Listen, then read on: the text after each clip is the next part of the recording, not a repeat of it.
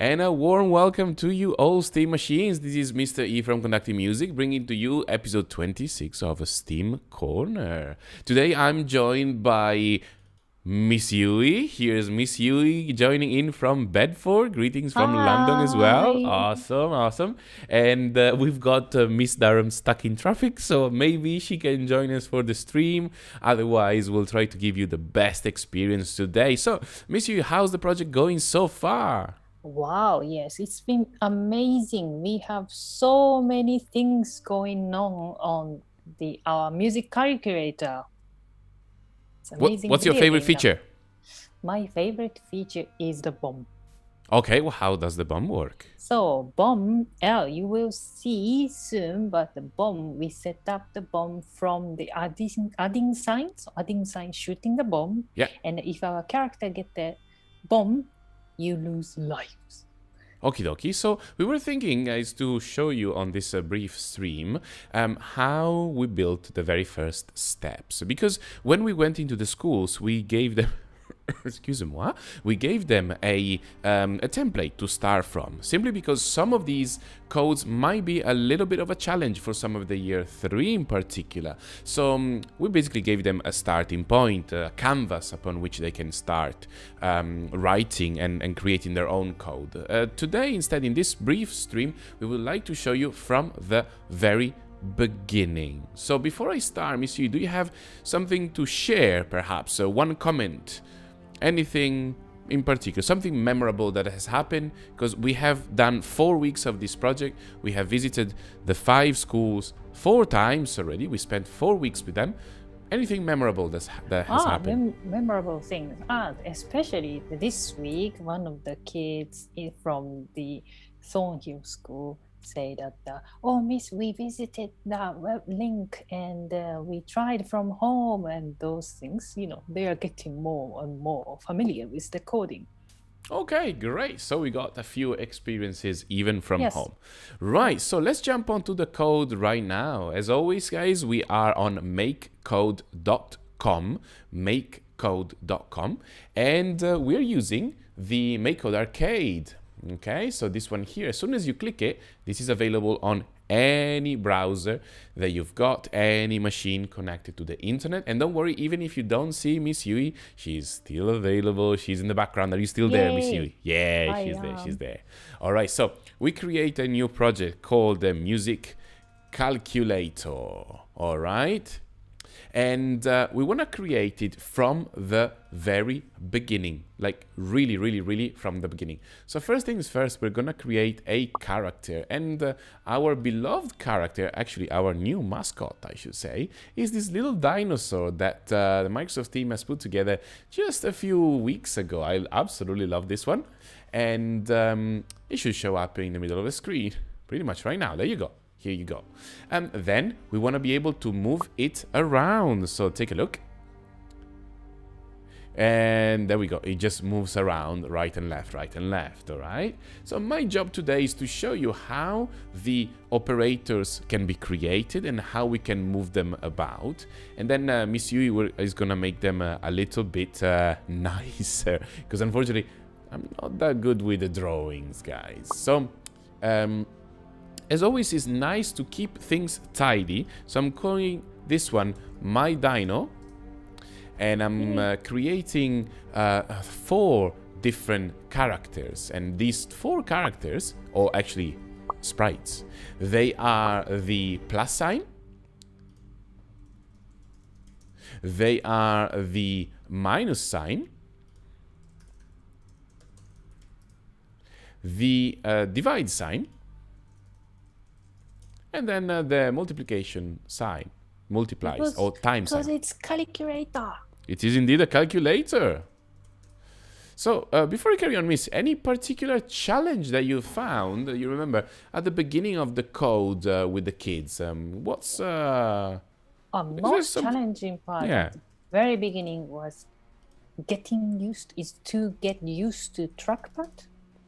Oh, I see. So there's not much use of the... How about mouse? Does anybody use the mouse? So yes, some group has the desktop. So when they have the desktop, yes, it's much more straightforward. They got used to it. But when it comes to trackpads, they are so struggling at the very beginning. Yeah. And especially also the trackpads sometimes too sensitive. So sometimes they make the screen small, or the zoom in, zoom out. So it's a bit difficult. It was very difficult for some kids. I see. So this is probably connected to the concept of the digital natives. For those of you not familiar with that, it's basically this concept through which there's a general feel from the teacher perspective that the kids simply understand computers and they are good with it.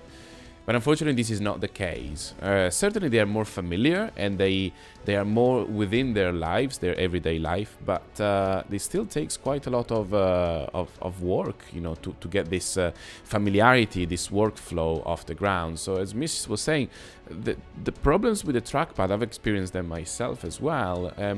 There are three very different forms of interaction: fingers on screen, as per tablets, trackpad, or mouse. They are three completely different tools, and it's not automatic.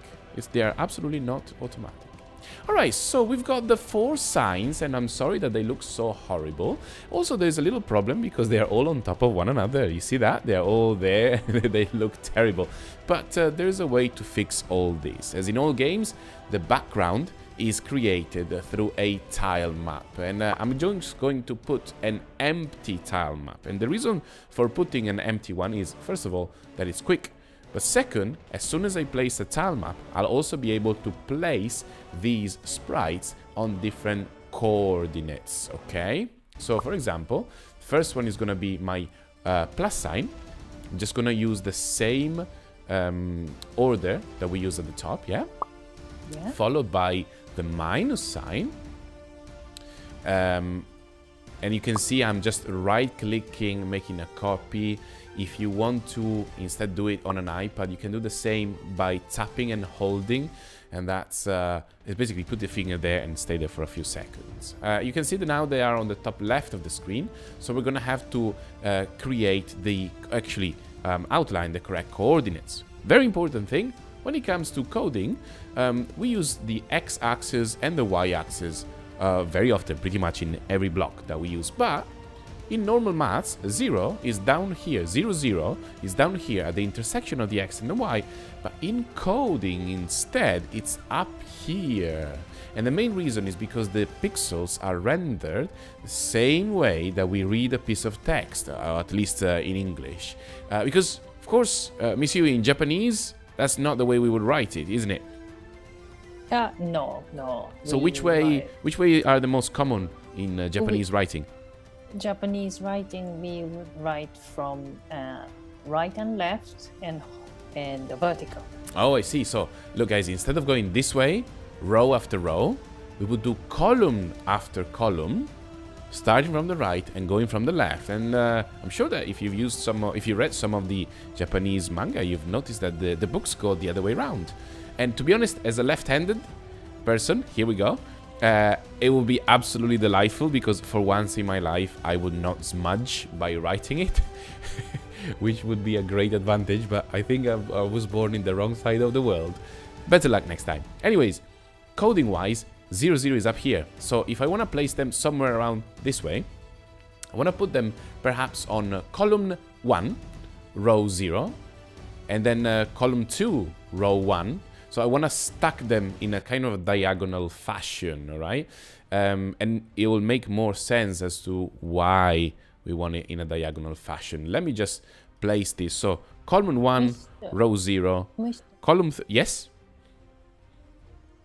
Yes, miss? Why you put the adding sign top? Why did I put the add sign at the top? Yes. I have no idea why. It's just random. Is there a specific explanation? No, I'm just asking because I thought it might be a difficulty or something. Oh, I see. Yes. This is something that we're thinking about for later on. The plus sign being the furthest away from our character. So if we shoot at it, it will be a little bit more difficult to catch. So you see, we've got the characters, we've got the background. It's quite static at the moment. So let me give it some movement. And Miss, can you describe a little bit the movement as I'm doing it? So we can maybe finish the first part of this quick tutorial. Okie dokie, so movement. We need to give a velocity, which is the speed in the, physics. And we need to give a speed on each character. And also, sprites need to bounce back. So we need 2 blocks for each character. Each sprite need to say that. Absolutely, yes. I'm almost there. Because you see, I've put VX, VX being the right and left velocity. You see immediately that there was an issue. Let me reload the game here. They go to the right and then they get stuck. So that's a bit annoying, isn't it? Also, perhaps we can make them go in different directions at different speeds so that they're not all the same. So I put plus and minus 50. That means left and right. And then plus and minus 30 and then 29. So now you've got them on the opposite side of the screen. Okay, fair enough. But, as Miss was saying, the last thing is to make them bounce. Because if they bounce, they keep going. And luckily, there is a block here. You see, it says bounce. And now I can make, once again, 4 copies. 1, 2, 3, and 4. Assign them all to each of the signs. So plus, minus, times, and divide. Or divide and times. Okay. Where is it gone? Sorry, I've lost it. Divide and times. And now, if we go back into the game, you'll see that they move. All in a slightly different position. And they're a little bit out of sync, making it much more interesting as a game. Alright, so this is pretty cool. And to be honest, as soon as the stuff starts moving, kids get really, really excited. And I don't know, Monsieur, what's your impression? Any reaction that you remember from the kids as soon as they... yes, when they start moving. First, when they found that they can move the sprite, character, they get so excited. And then when they found that they can move around the signs, that also mind-blowing. And this one especially, we just need 2 blocks each. Yes, it's true. Yes, and they can learn the very, very complicated concept like X and Y and minus and positive and negative, those things. Yeah. So it is very, very nice thing and fascinating. Brilliant, brilliant. Okay, so as you've seen probably on the screen, I have just added one more place block, because this was just to place my dinosaur towards the bottom so that it does not interfere. So guys, I'm afraid this was it from this little live stream. I hope you enjoyed it. This is the beginning of the project. It is pretty much what we have given to the kids, almost there, just before we started the project. We're going to then come back in a little while with the next live stream, and we're gonna talk about how to make these signs much more beautiful. So you'll see Miss Yui drawing for the first time, I guess, in real time. So thank you very much for following us today. See you on the next episode. See you later. Bye bye, everybody. All the best. See you soon. And thanks again. Bye bye bye bye.